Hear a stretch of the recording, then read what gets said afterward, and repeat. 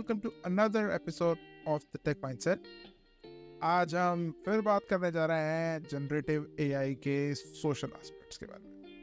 कैसे बढ़िया बढ़िया, बहुत बढ़िया। तो मैं तुम्हारे लिए एक बहुत ही शानदार क्वेश्चन लेके आया हूँ।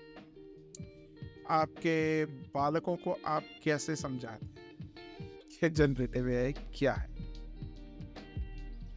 सिंपल सी बातें नहीं समझा पाते हैं और हिम्मत नहीं है पूछने की चैट जीपीटी से कि मैं अपने बालक को कैसे समझाऊं, क्योंकि वो तो एक मार्केटिंग टाइप का मैसेज मुझे दे देगा।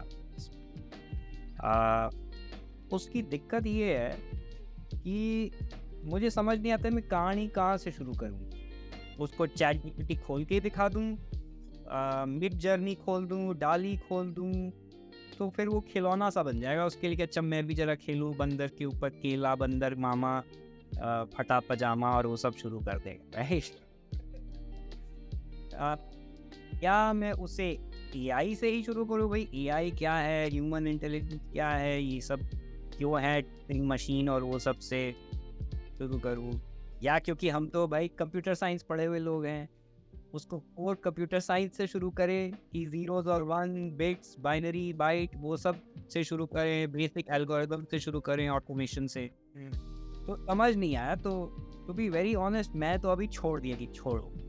ये वही बात है जैसे कि यार आईफोन आप कब दो अपने बच्चे को, या जो भी स्मार्ट, वो तभी मत दो। ऐसी चीज़ है किसी भी एज में देंगे वो अपने आप सीख जाएंगे फटाफट। तो शायद ये जनरेटिव एआई भी वही जा रहा है, बट एक समय पे तो सोचना पड़ेगा कि देना है। और ये अगेन माइंडसेट वाली बात है। कहानी ठीक है, क्योंकि बच्चों की बात चली है, मेरे को मेरे बचपन में मेरे father was very good with computers. और हम उस ज़माने की बात कर रहे हैं जहाँ पे डॉस ही होता था, विंडोज़ 95 भी नहीं आया था, या वो फ्लॉपी डिस्क्स होते थे, ब्लैक एंड वाइट मॉनिटर्स होते थे। हमारे बहुत सारे ऑडियंस वुड बी लाइक वो ऐसा भी होता था। हाँ, ऐसा था, एक ज़माना था जब ब्लैक स्मिथ। और मैंने उनसे एक बार पूछा कि ये कंप्यूटर क्या होता है? तो मैंने बोला कि यार देखो, कंप्यूटर के कैसा है ना, अगर कंप्यूटर में तुम सारी इंफॉर्मेशन डाल दो तो तुमको बता देगा। हमने कहा बहुत बढ़िया, तो क्या हम अपनी हिस्ट्री की बुक दे दें और पूछ लेंगे फिर तो औरंगजेब कब से कब तक था? और अगर नहीं, ऐसे नहीं होता है, उसको बताना पड़ेगा कि औरंगजेब तब से तब तक था, फिर जब तुम ये सवाल पूछोगे तो जवाब दे देगा। And my first reaction to computers was, फिर क्या फायदा हुआ यार? मैंने ही बताया क्या आंसर देना है और फिर ये मेरे को वही दे रहा है। सो ये तो वही मेरे बचपन की बात। So in a way my dream has come true. This is what computers were supposed to be in my original understanding of computers. फिर जब मैं कॉर्पोरेट लाइफ में आया, तो स्पेशली अगर आप कंसल्टिंग में ना, आप इस टाइप के सवाल सुनते नहीं हो, मगर जब आप एंड यूजर एनवायरनमेंट में होते हो, कोई ट्रांसफॉर्मेशन के एनवायरनमेंट में, तो you hear these kind of questions like, ये शेयर पॉइंट पे हम सब रख तो रहे हैं, मगर क्या ये इन दो फाइल्स को कंबाइन करके हमको बता नहीं सकता क्या हो जाएगा? कि ये तो नहीं हो सकता, मगर आप सर्च करोगे तो शायद ये ढूंढ के देते हैं कौन कौन सी फाइल्स आपको चेक कर। Generative AI actually is an answer to a lot of these, ये जो complicated बातें अभी तूने बताई ना, for simple people I feel it might be much easier to grab.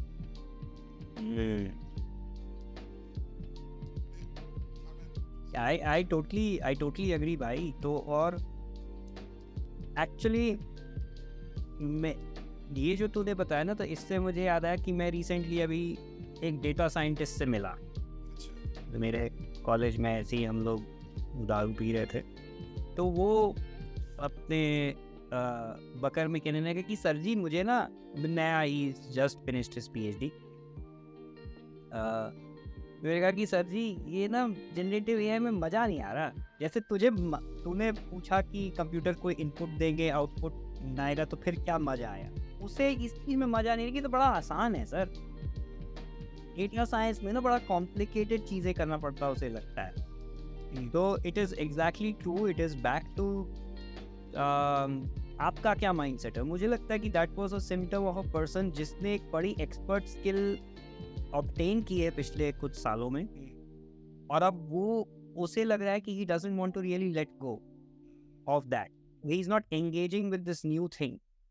क्योंकि मैं अगर बाहर से देखूं तो मुझे लगता है कि जो डेटा साइंस में कोई कर रहा है, जैसे कि लाइक यू सेड कि शेयर पॉइंट में 5 फाइलें हैं या कुछ डेटा पड़ा हुआ है और उसको कोई पैटर्न ढूंढना है, मेनली वो पैटर्न ढूंढता है।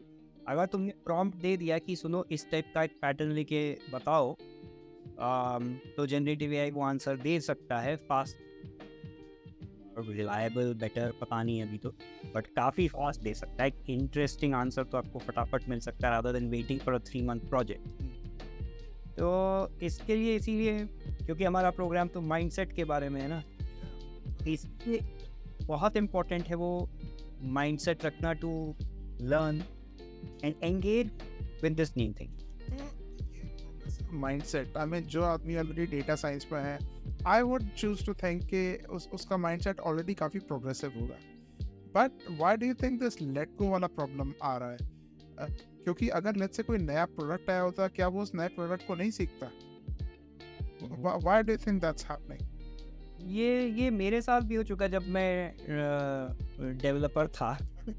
तो अगर जैसे एब इनिशियो कोड लिखने में जो मज़ा आता था ना, कि अरे मैंने ना ये पैटर्न बना के कोड लिखा है, और जब वो ऑटोमेटिकली तुम यूएमएल में डाल दो और जनरेट करके सारा दे दो तो मज़ा नहीं आता था कि यार इसने सारे ऑब्जेक्ट क्लास बना दिए, मुझे बस मशीन की तरह इसमें भरी।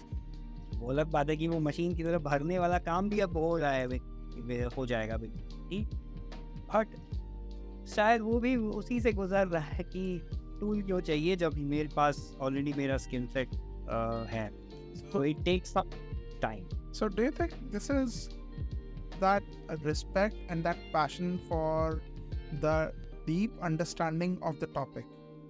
जब वो overly simplify होता है, people feel like तो मतलब मेरा काम बेकार हो गया। No. Is it that kind of thing, or is it from a tech mindset perspective? How do people with in-depth knowledge of their craft deal with something like a creative generative AI forking out? Maybe the quality is still not good, but clearly on the velocity side AI is winning. तो क्या तरीका होना चाहिए सोचने का? That's a very very good question. So I think it's about identifying what you, we back to what you like to do, because like I said, we have to engage. So some people who want to get into the depth, maybe they should sort of participate in the R&D side of things, research about how this is working, because that is going to be also very very important for people to understand how it is working, and then simplify, like you said, simplified language में बता पाएं कि what is the inner working, because a lot of questions are already being raised by regulators, ethics people on how does the damn thing work? Is it really a black box which even you don't understand? Mission impossible की अभी मैं movie देख रहा था, वो AI ही villain है basically, कि वो कंट्रोल कर रहा है। सॉरी स्पॉइलर अलर्ट नहीं दिया मैंने आप लोगों को, बट AI ही जो है वो बन गया है देवता टाइप, जो पार्ट 2 में आएगा। मतलब पता चल जाता है कि पार्ट 2 में और ज़्यादा रिवील करेंगे। तो सो सम पीपल में want to focus their energies in that area. Others है कि भाई अपनी मानो या न मानो अपनी पर्सनल प्रोडक्टिविटी में तो सब लोग यूज़ कर। Let's say today I don't go to I am writing my thesis right now for my PhD, तो मैं पहले गूगल पे मांगता था सिनोनिम ऑफ दिस वर्ड या समथिंग लाइक। अब मैं ना इसको AI को ही ChatGPT पे ही डालता हूँ, academic synonyms of this in this context, तो मुझे अच्छे ऑप्शंस दे देता है एकेडमिक वर्ड के, डिसेंट हैं। I always don't select it, sometimes लगता है बेकार है, but it's still improving my personal productivity. So some people will go into the productivity side of things, and some people who are interested, like you said, in business applications, जो तेरे business वाले हैं, you will help them with ये SharePoint वाला problem कि अरे अब चिंता मत करो, भाई कहीं भी डाल दे, तू कुछ भी डाल दे, आंसर हम ये पढ़ भी लेगा, आंसर भी दे देगा, ईमेल भी ड्राफ्ट कर देगा और भेज भी देगा। बेसिकली आपकी जरूरत नहीं है, ये प्रॉब्लम सॉल्व हो we चुकी have to है। hire another person to do this. We don't have to hire a dojo to do that. So some people will be interested in solving those type of problems by applications of the AI. So मुझे लगता है कि यही तीन चीज़ें, तो अपने mindset को उस डायरेक्शन में रखिए जिसमें आपका पैशन है, and then obviously participate in it. हम सोशल ऑकवर्ड क्वेश्चंस को और एक्सप्लोर करेंगे। अब की बार हमने बच्चों का एग्जांपल लिया, I will come up with more interesting examples, but आज के लिए इतना ही। Stay tuned and thank you very much Gautam, interesting conversation. Thank you.